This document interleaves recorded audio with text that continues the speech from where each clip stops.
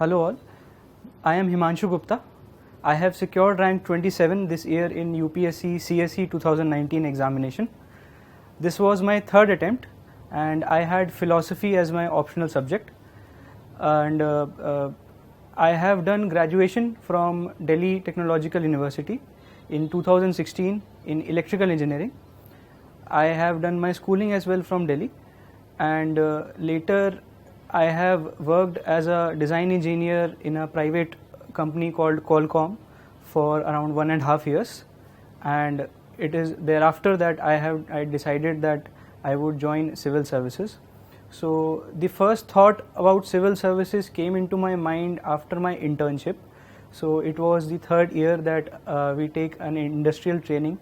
So in the same company Qualcomm I had done my internship, and after I got a taste of the private sector job, I decided that I would go for the government services rather, and I started preparing for the government services exam, that is the civil service exam.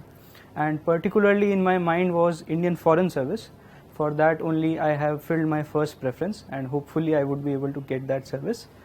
And after 2015, in 2016 I started my preparation for civil services exam.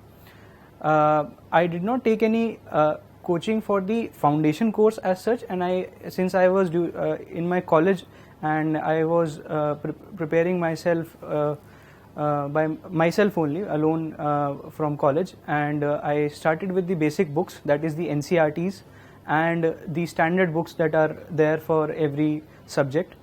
And after reading all the basics books, I gave one attempt in 2016 itself, when I just passed out from my college and I had joined my private sector company in Bangalore itself. But at that time I did not know anything about the relevance of current affairs and also how to solve MCQs and practice mock tests. So I had not done any sort of those things. I had just read the basic standard books, that too at least once. And after I gave my prelims exam, I realized that I need to work a lot on my preparation. I need to practice a lot, I need to revise a lot, I need to also study current affairs in much more depth. So along with my job, I tried preparing for the exam. I took some of the other guidance from some online platforms, etc. But I knew that it was not a full-time preparation till then. And I tried coming to Delhi, back to my home also. So I got some opportunity to get my office shifted from Bangalore to Noida. And for 6 months I tried commuting from my home to Noida office via the metro, and tried that I should prepare for the exam. But even after that I realized that I could not focus completely on the civil services exam. So it was in the start of 2018 that I had to resign from my job and started full-time preparation for the exam. And it was thereafter I studied current affairs in depth. I gave my full 100% for the exam, but in 2018 itself I still was not able to qualify the prelims exam. After I realized what mistakes I had done in 2018, I can say that the one single most important mistake that I did was getting exhausted much before. So I actually got exhausted because of solving a lot of MCQs and lot of practice papers beforehand. It should not be that. Actually the thing is, you should reach your peak at the right time. I thought I reached my peak much before, and it was that day on the prelims exam that I think I got in panic and I attempted more than 97 questions there in the prelims exam. And at that 2018 attempt, it was a really difficult paper. So negative marking, all those things caught me, and I was not able to qualify the prelims.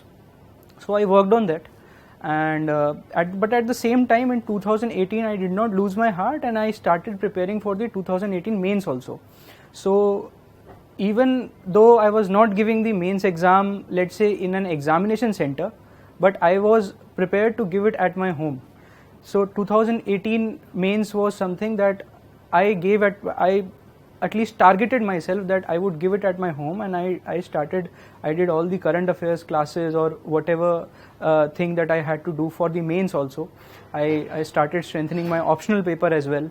I read about and whatever basic books and revisions, all sorts of things I had prepared myself for the mains exam itself also. When the time for prelims examination came in 2019, there were some things that I corrected. The first thing was preparing current affairs. So in current affairs, what I used to do was just reading the yearly compilations at the end of the entire year. But now in 2019, what I did was I spread this preparation throughout the course of the year. I actually started reading daily current affairs, and for daily newspaper, initially I used to read the newspaper, physical newspaper as well, but I thought the best possible manner to understand current affairs is also through online resources. So in the daily newspaper, there are many platforms where you get some daily news analysis, and that those go even beyond the what is given in the news, and they try to give you a comprehensive picture of all the current affairs analysis. I think I took the help of those internet-based platforms for daily news. I also started doing monthlies for current affairs for revisions, and at the end of the year, let's say just before 2 months, just before prelims, I also read the yearly compilations that various coaching institutes give out. So that was my strategy, to spread out all the current affairs so that it is not so burdensome at the end of the year. If you have already read some or the other thing before your major preparation for prelims, it becomes a lot more easier to study at the time of the prelims exam. So that was my strategy, to revise and memorize things. Another thing that helped me was in the mains exam. Since I said that I was preparing for the mains exam in 2018 also, and keeping a target of 2018 mains, even though I was not giving that mains, but I had a target of 2018 mains itself. That helped me to get a targeted base and a structured way of studying. And because of that, when you study things according to the mains basis, you actually memorize even the prelims facts in a much structured and frameworked manner. You do not memorize the factoids or the trivial points of the prelims just as random facts. You try to make a story, you try to make some frameworks, and with that it is much more easier to memorize and read about even the prelims facts. For example, in Spectrum we study about modern history. Let's take some movement, Swadeshi movement. So in Swadeshi movement, initially what I used to study was what are the impacts of Swadeshi movement. Let's say if I have 10 points, I will try to memorize those 10 points from 1 to 10. Now after my main study, what I had done was I had structured those 10 points into 5 or let's say 4 buckets. Now those 4 buckets helped me in retaining much more information and even expressing them. So let's say the Swadeshi movement is there, I can divide it at least into the level of participation that it had, the level of organized manner that it has, then the suppression, what the Britishers, how they suppressed it, and then we can see the cultural or social impacts, the economic impacts, and even the future influences of the movement. Now I have 6-7 buckets, and within those 6-7 buckets I will fill up my entire content what I had read in Spectrum for, let's say, for prelims. This helped me, this outlining or this framework thing helped me in any other movement as well. Now since I talked to you about the Swadeshi movement, I can apply the same framework to another freedom struggle movement, let's say non-cooperation movement, or let's say civil disobedience movement, or even Quit India movement. So like that, actually it helps in memorizing, it helps in getting a structured way of studying. So that entire course helped me in studying or memorizing things a lot much better and having a lot much conceptual clarity in things. Another thing for prelims was mock test analysis. Initially, when I had done so many tests in 2018 attempt, I had written almost more than 60 to 70 tests. But the issue was I was not analyzing them properly. This time my strategy was to not to focus on the quantity of test but on the quality of the test that I am giving. So let's say every MCQ that I used to solve, I actually used to discuss it with my peers. I had a group of 2 more friends, and we used to discuss each and every MCQ, that what thought process went behind him and what thought process went behind me in solving that particular MCQ. When you solve those MCQs or those question papers in that manner, it helps you in getting the heuristics right. It helps you in getting how to actually tackle MCQs. MCQs is not only about memorization and just ticking what you know. It is also about application of your memory and application of your logic as well. Elimination technique is very much required, and for that peer-based discussions and all those things help. So you should focus on the quality of the test as well. That is how my strategy for a mock test was. And another thing that I did for mock test was analyzing them. So for analyzing them, what I had done was I had categorized my my MCQs into 4 type of categories. Let's say if the first category was where I am completely sure, those type of MCQs. Another category was where I had eliminated 2 and I was confused between 2 of them. Now the third category was only 1 has been eliminated and I am confused between the 3 options. And the final category was that I have no idea about any particular MCQ. So when I was solving, let's say, any paper of 100 questions, my first iteration used to be solving all the for sure ones, all the category 4 questions that in which I was completely sure, and also I used to mark at the front of every question that which category does it belong to. Every question was marked like this was category 3 or category 2 or category 1 for me. So in the second iteration when I come, I know that my category 3 questions are remaining or my category 2 questions are remaining, and I have to solve them by the use of logic or by the use of memory or a combination of them. So that is how a structured way of analysis came into my mind. And I also used some technology. Let's say in Excel, I had an Excel file and I used some pivot tables to actually calculate that in which category I am at which accuracy. So let's say in my for sure category, I should be at least 95% accurate. If I am completely sure about that, let's say for a human, there may be some or the other silly mistakes, but I should be at least 95% accurate on them. For let's say in questions where I have eliminated 2, at least 65% accuracy should be there. That is how I had set my target accuracy, and I used to calculate what accuracy am I getting in mock tests. So that is how I used to analyze each and every question paper now. So my analysis time actually increased, but I focused on the quality of the tests now. So that is how I was able to get a knack of solving all the MCQs, all the practice tests. Final thing for prelims, I would say, is the revision technique. In the last phase, since 2020 prelims is also coming up, I would advise all of you to not go behind a lot of resources now. Please close in your resources and try to revise them again and again. There should be at least one base material which you should be completely thorough. It should be completely internalized, and actually you should say to yourself that if some question comes from this base material and if you are not able to solve it, it is a blunder for you. You should actually be very, very thorough with your base material at least. Yes, supplementary things can be done from other sources, and you can just, if you encounter some other compilation or some other resource, you can just browse through the index or the contents of them. If there is something very new that you actually very curious about, you can just read about that particular thing on that particular page. Do not read anything cover to cover now. Your base material should be one that you should be reading cover to cover. Apart from that, other resources should be just read in a very selective fashion. Revise and revise them again, and I hope you would be able to clear the prelims exam. Now I would come to the mains strategy. For mains exam, I would say answer writing, yes, as everybody knows, answer writing is the key, and for that what I had done was I had enrolled in mains test series as well here even at GS Core, and in the mains test series what you get is a good amount of feedback. So whatever answers you write, you actually get another perspective on the same answers, that how well it could be written.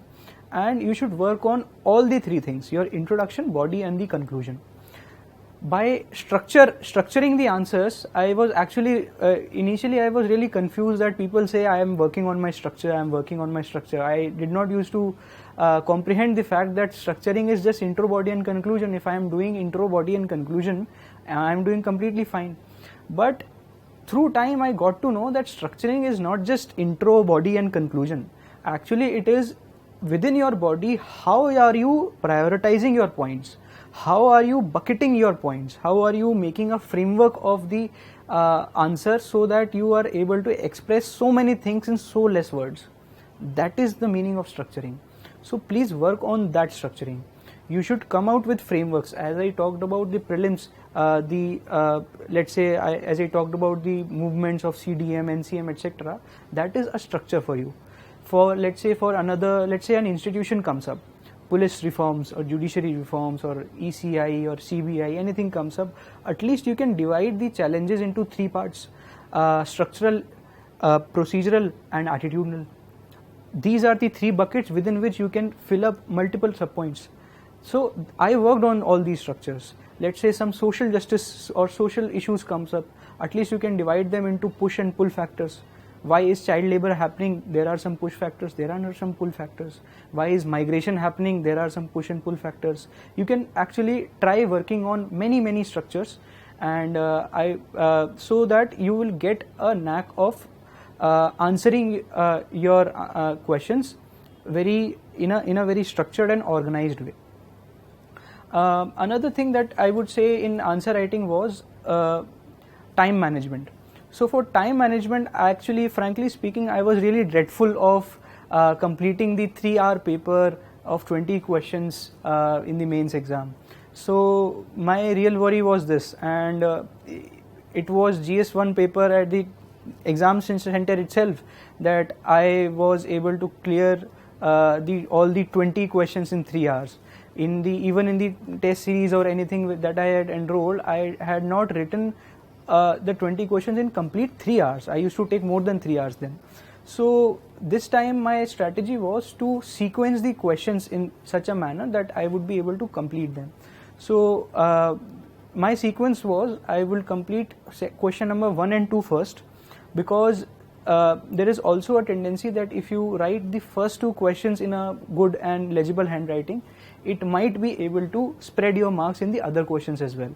So, and since there are 10 markers, you will get your hand will also get a knack of writing lengthy answers. So my strategy was to initially write question number 1 and 2, which are of 10 markers.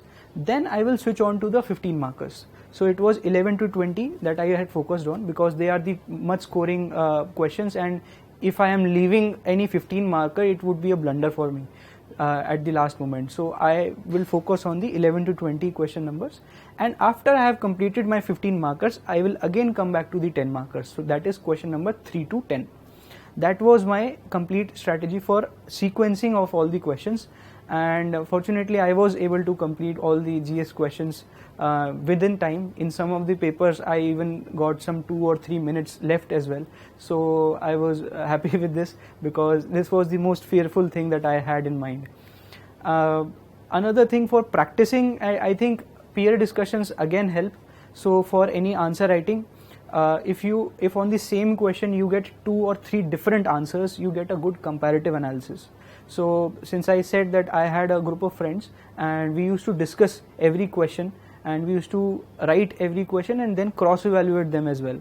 So that helped in a good comparative analysis. Also, if let's say you are enrolling in a test series, getting a good comparative analysis, let's say you get some best answer copies from any test series, you can compare your answers with them. That also helps. Even you can see the past year's toppers answer copies, and if you get a good number of answer copies, you can even see the same questions that different people have written. So on the same question, you may get 2 or 3 toppers who are writing on the same question. You can do a comparative analysis then. You can see that what one is writing and what the other is not writing, and who is getting much more marks. That is how you can actually see how to exactly write answers. For other things, let's say value addition, diagrams and all those things, I had maintained a good repository for myself. In mains, I always say that one should not be so intensive, one should be actually extensive. By extensive, I mean you should be able to interlink all the subjects. Let's say a question of environment comes up, you do not need to restrict yourself to environment. You can even talk about history, you can even talk about internal security or polity or anything. This is a general studies paper and not a polity paper or a society paper, etc. So please try to interlink various subjects and write them down.